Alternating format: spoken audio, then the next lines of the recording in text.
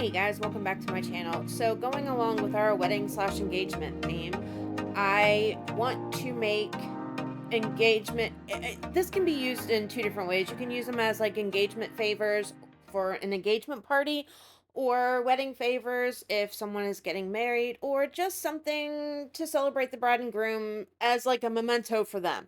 So the first thing that I'm going to do is I am going to make some flowers. Now, my brother and his fiance, they got engaged over the Christmas holiday, and I kind of decided that I would use them, talking to my brother, and kind of wanted to figure out if they had talked about any colors that they were considering for their wedding. So I'm going to go along with the colors that they're thinking of doing. I mean, obviously, they just got engaged, so this can change, but I'm going to go with what he said. And the colors are like a kind of dark green, chocolate brown, and a kind of peachy, rose peach, blush peach kind of color. So we're going to go with that. The first thing that I'm going to do is I want to make some flowers. So I am taking my eye candy dark ocean green mica powder, mixing it in with a little alcohol to do the leaves of these flowers. And now, because of course I don't have any peach colored mica powder or dyes or anything, I'm going to try to make my own kind of rosy peach color and see how it goes. So I'm just getting some yellow, and then I'm going to mix it with, after I get this mixed up, I'm going to go with just the teeniest bit of red, a little bit at a time, until I kind of get like the red orangey color that I want. And then I'm going to add in the white to lighten it up and make it a peach color. I figured I'd start with a little pot first because I wasn't sure if I was going to be able to do this, so I didn't ruin all my resin just in case I couldn't get the color that I wanted and I had to go with something different. And after I do that, then I'll go with the rest of it and kind of mix it all up. But first, I want to see if I can get some definition. These are actually, I think they're like fondant molds, and I want to see if I can maybe make the tips yellow. You know how you see like the roses and they have like the red tips or the yellow tips or whatever, and then the main part of the flower is a different color. Well, I kind of wanted to go with something like that and see how it works. Uh Spoiler alert, it didn't. Not really. I mean, if I had let it sit and cure, then yeah, probably I would have without any issues, but I wasn't waiting, 6, 8 hours to do this. So it kind of all blended together, but it's fine. I'll take care of it on the flip side once it's dry and figure it out. Now, I did do this super, super slow mixing in this red mica powder because red will overtake it all. Like if I put, especially since it's just a tiny pot of resin, if I put a bunch of red in or even a scoop of red in, I'm going to lose it. And it, like you can see, just a tiniest bit on the popsicle stick, because I don't want to turn it red. Like I don't even want a super dark orange. I just want it to kind of have a red-ish tone to it so that I can make it whatever color I'm looking for. I don't know. It was, a lot of trial and error, and it did take me quite a bit to kind of figure out how much about I was going to need to get the color that I wanted. And then we're just going to put a heaping bunch of white in it to lighten it up and go from there. So I finally got the color I want. Now I'm going to pour it into the, well, now I'm going to get the color that I want. And after I clean the mica powder off of myself yet again, then I'm just going to pour it into this mold, and I am going to, because it's got like really deep crevices and stuff in it for the flowers, all the detail. So I do, kind of bang it around a little bit. And now it's time to mix the big pot of resin, since I realized that I can do this. And I decided on this side that I was just going to go ahead and add the white first, lighten it up, and then I will add the red to it.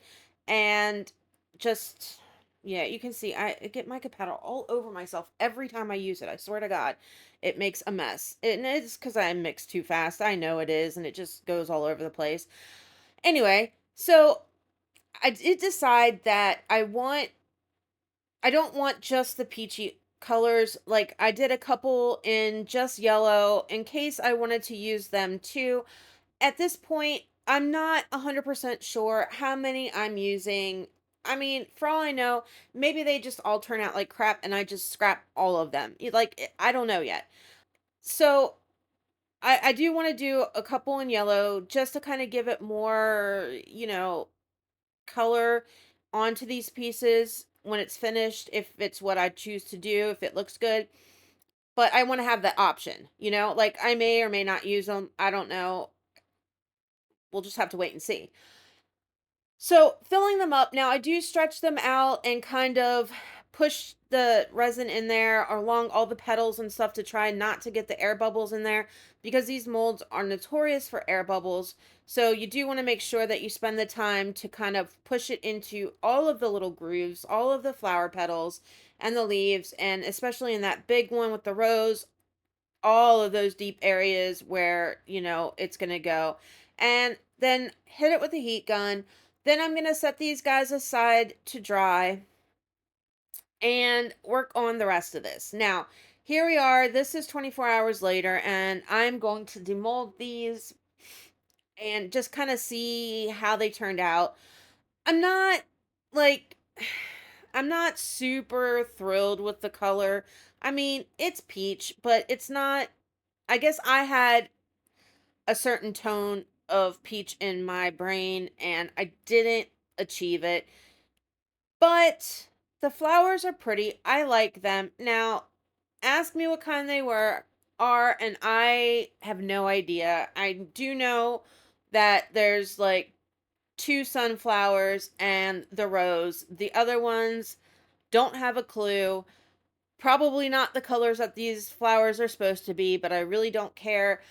It's just what I want to do. This is what flowers that I had and I thought they were pretty, and creative license, I'll do whatever colors I want. So, now onto these coasters. Well, they're not coasters, but they're coaster molds. Okay.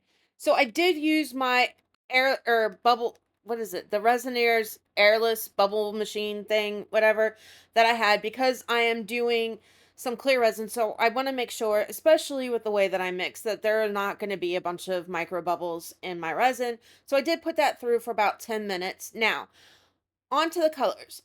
I want to try something now. I've never used acrylic paint to color my resin before, so this is a first, and I don't know if it's going to cure or not.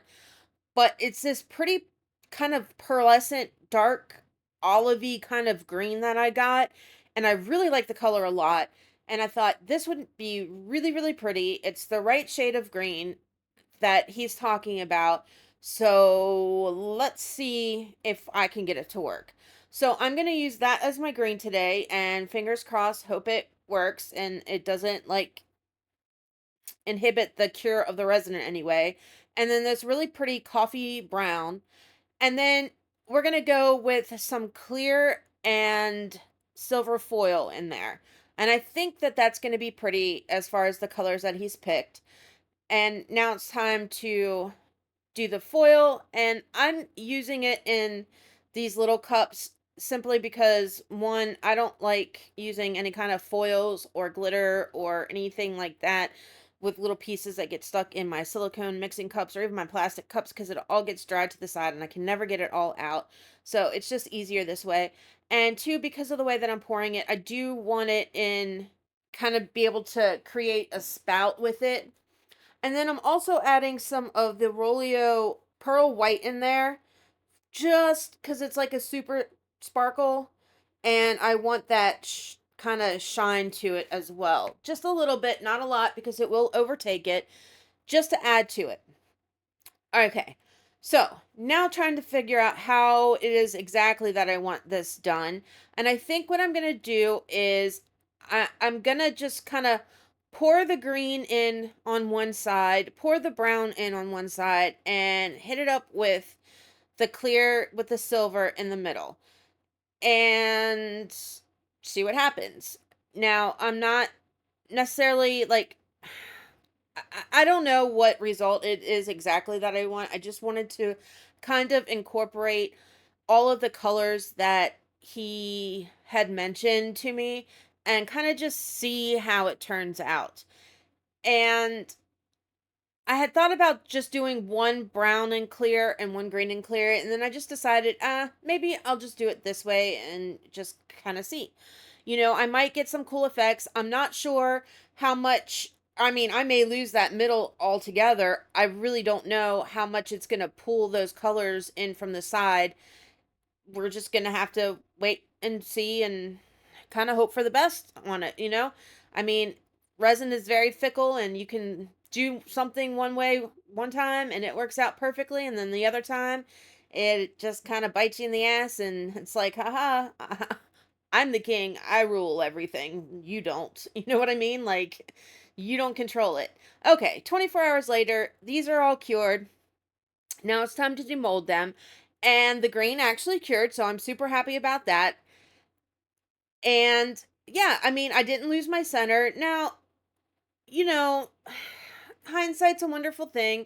There's some things that maybe I would do differently if I was to do them again, but all in all, I think they're pretty. Okay, now I didn't fill up these molds the whole way because I'm not using them as coasters. They're not going to be used as coasters, so they don't need to be that thick.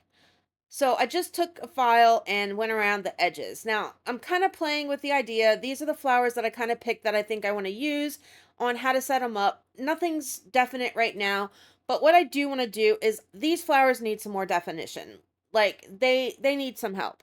So I'm just taking my Nick Pro acrylic paints and I'm going to paint them, give them some highlights, give them some lowlights, just give them some definition and touch up the spots where it needs to be touched up and just make these flowers look way, way better. All right, right now I'm going to jump off until I'm done with the painting process. You guys have seen me do it before. I don't need to talk through it all. And then I'll be back at the end, or when I'm done with this, not at the end.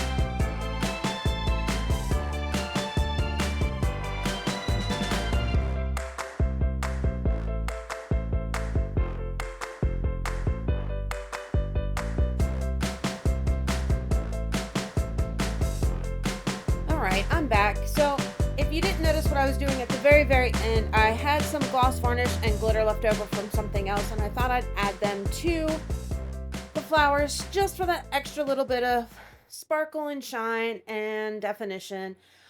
Okay, now it's time for our words. So, I have some silver glitter vinyl that I got, and I'm just going to go over them. I've already cut out and weeded all of the words, and I hate doing it. Like, I really do. You should be able to. I never have an issue if it's like really big, thick, chunky font, but this stuff, like the ones that I use, was like cursive, and of course, when it's that small, my Cricut likes to like, I don't know. It likes to eat the letters so that half of them I had to redo it up because the first time I did it, when it had the date on there, it kind of like half of the letters that I needed, it tore out, which is really annoying. And then just weeding, just it takes forever. Like nobody needs to sit through that.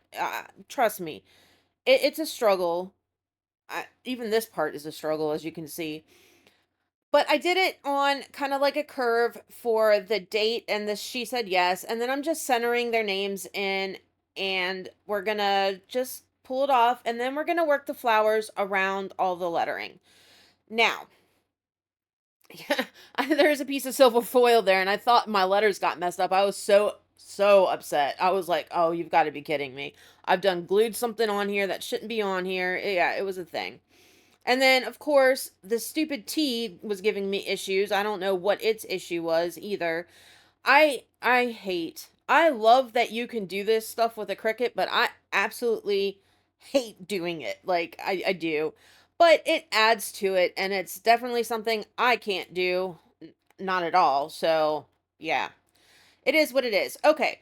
So now I'm just going to prepare these for the top coat.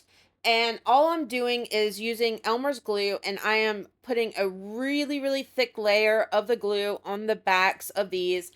And then I'm going to let this dry, and then I'm going to do all of the edges after this is dried. And the reason for that is this way I can see if there's any spots on the back once it dries that need touching up, and I don't have to get glue all over myself.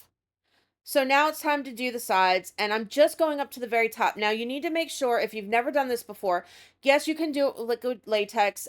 I I'm just not going to. I'm going to do it with glue. I've done it with glue many times before. I've got it on my past videos. It works really, really well for me, so why not? But make sure that when you're doing the edges, that you're not getting it up over top of the top part of it, because if it does get up on there, the resin, when you go to pull off the glue later on, it'll either pull off that part or you're going to have glue stuck underneath there, and it doesn't dry totally clear. Like, it does and it doesn't. It has like a foggy appearance to it, if that makes sense. So you just want to make sure that you're not getting it where the resin is going to go. But you also need to make sure that you are covering those areas where you don't want resin really, really well. Because if you don't have a nice thick layer of glue on there, when you go to pull any resin drips that may happen off, you're going to have issues. So I'm just touching up the backs again. Now this is just on kind of like the outside edge. Do I think it's going to go into the middle? No, but I'd rather be safe than sorry. Okay, so glue's completely dry now. Now it's time for our top coat. So I'm just using my Nick Pro resin again, which I've used throughout the whole project.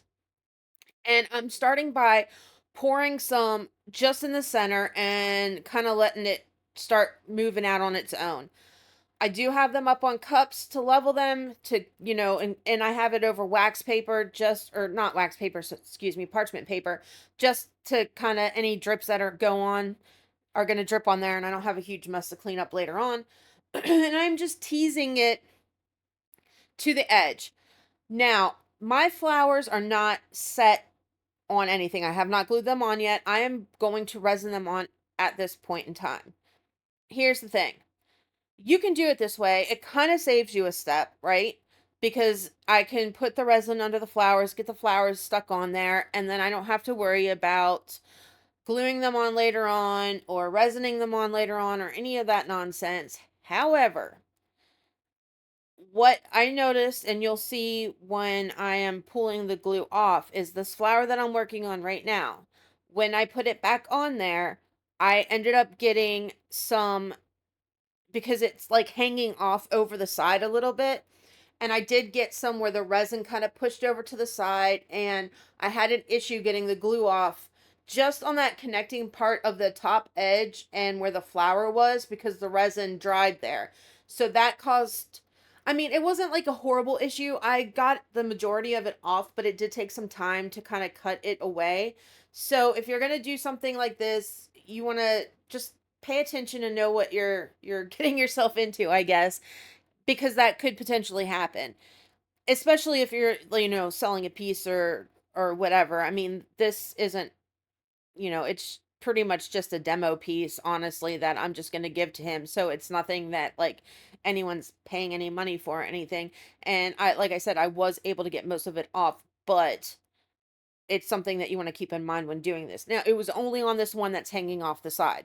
The other ones, no issues with that in any areas whatsoever. Okay, so teasing it alongside, I did lift up every flower, and I am making sure that I have it all around on all the edges underneath the flower so that it does sit there and that I'm not going to get any air bubbles in it. Setting them where I want to set them, and then I'm going to leave that alone and then move on to the next one. And just as you're doing it, just make sure, you want to make sure that you have enough that when it dries, you're not going to get like fish eyes or anything like that, but you don't want to have so much that you're going to have a lot of issues with it spilling over the top either. You don't want to break that surface tension.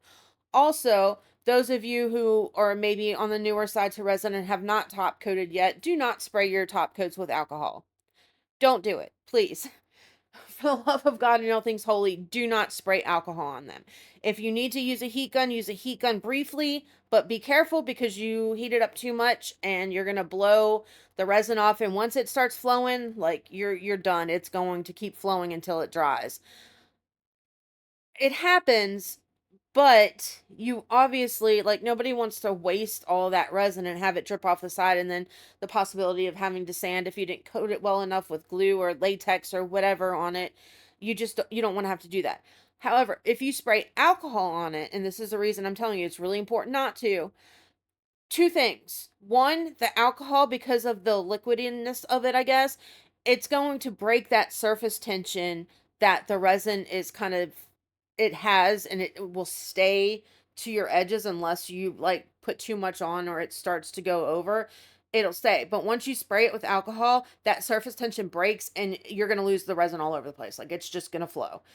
Two, I've noticed that spraying with alcohol on like the tops of your pieces, and this is why I've kind of gone away from doing it, it leaves like this weird, not the Armani blush stuff, but almost like a weird oil slick kind of look to it and splotches. And I don't know why it does this, but I've noticed it a couple of times, like the last several times that I've used it. So if I use it, it's going to be on the piece where it's the back of the piece and it doesn't necessarily matter, but I'm not going to use it on where the top part is. Like, I'm done with that. I use my heat gun and that's pretty much it. I don't even use a torch anymore or a lighter because that was just always annoying. My heat gun works the best, so that's what I do. And anyway, so edging it towards it, adding on the resin, checking to make sure it's all level and I've got it everywhere and that I have enough on there, making sure that in between all of those flowers and up on the edges there that I have enough. And then we're just going to let this set and cure and hope that it doesn't come off and start dripping and none of that nonsense, because I don't want to have to deal with that. Nobody wants to have to deal with that. Hit it real quick, and I mean real quick with the heat gun, just to pop any bubbles that may be there, and then that's it. We're going to let it go. Okay, here we are 24 hours later. Beautiful finish. Absolutely no bubbles whatsoever. Now you can see I did have a little bit of runoff, but just watch, like, this glue, it just peels right off. Like, it's a wonderful thing. Except for in those spots where, like I was telling you earlier, underneath the flower, I did have an issue with that. But it just peels off in one piece. Beautiful. All those little droplets of resin came right off. This is where I'm fighting with it, and I end up having to get my X-Acto knife out and kind of cutting away at it and picking away at it because I couldn't get it off with my fingers. And that's it. And I was having some issues with my trying to get the glue up with my fingernails. They were just it just wasn't working with me. That's all. But honestly, aside from that, I didn't have an issue whatsoever. It comes off beautifully. It always has. Works perfectly unless you don't put enough on there, and then that's not an issue with the glue. That's an issue with the operator, and I've been there before too. But that's it. So we're going to finish cleaning these off, and then we're going to move to the next part because I'm not done yet. So I decided that as beautiful as they are, I still wanted something else to bling them out a little bit more. So what I decided to do is on the piece with the rose, just on the half that is brown, I'm going to go in with my diamond glaze and I'm going to add some of these really pretty nail rhinestones. And I don't know, I just wanted a little extra bling bling, but I didn't want to do it all over the entirety of the piece because I thought that would be too much. So I just thought, okay, well, where these flowers are, this is where I'm going to do it, and that's it. So I just took it with my silicone tool and kind of straightened them out with my tweezers a little bit. That's it. One done. Just got to let it dry. I think they look really pretty. It just adds a little something special to it and blings it out a little bit more. And then it's time for the second one. And on this one, I'm going to do it on the side that has the majority of the flowers. So on the green side, because I did them opposite. And that's it. Now, hindsight being what it is, I think that what I would do differently. So video really in the pictures don't show how gorgeous they are in real life. Like I just couldn't get it to capture it on the pictures or anything. They are much, much prettier in person where you can actually see them. However, I do wish that either I didn't use the clear spot in the middle or I went with a different vinyl for the piece because there are certain aspects of it that you can't see as clearly as you could if maybe, at least from far away, with the silver vinyl on there. I don't know. All in all, I think they're gorgeous. I love them. That's a wrap on this one, guys. Like, subscribe, share, all that good stuff. I will catch you guys on Saturday for the next one. Love ya. Bye.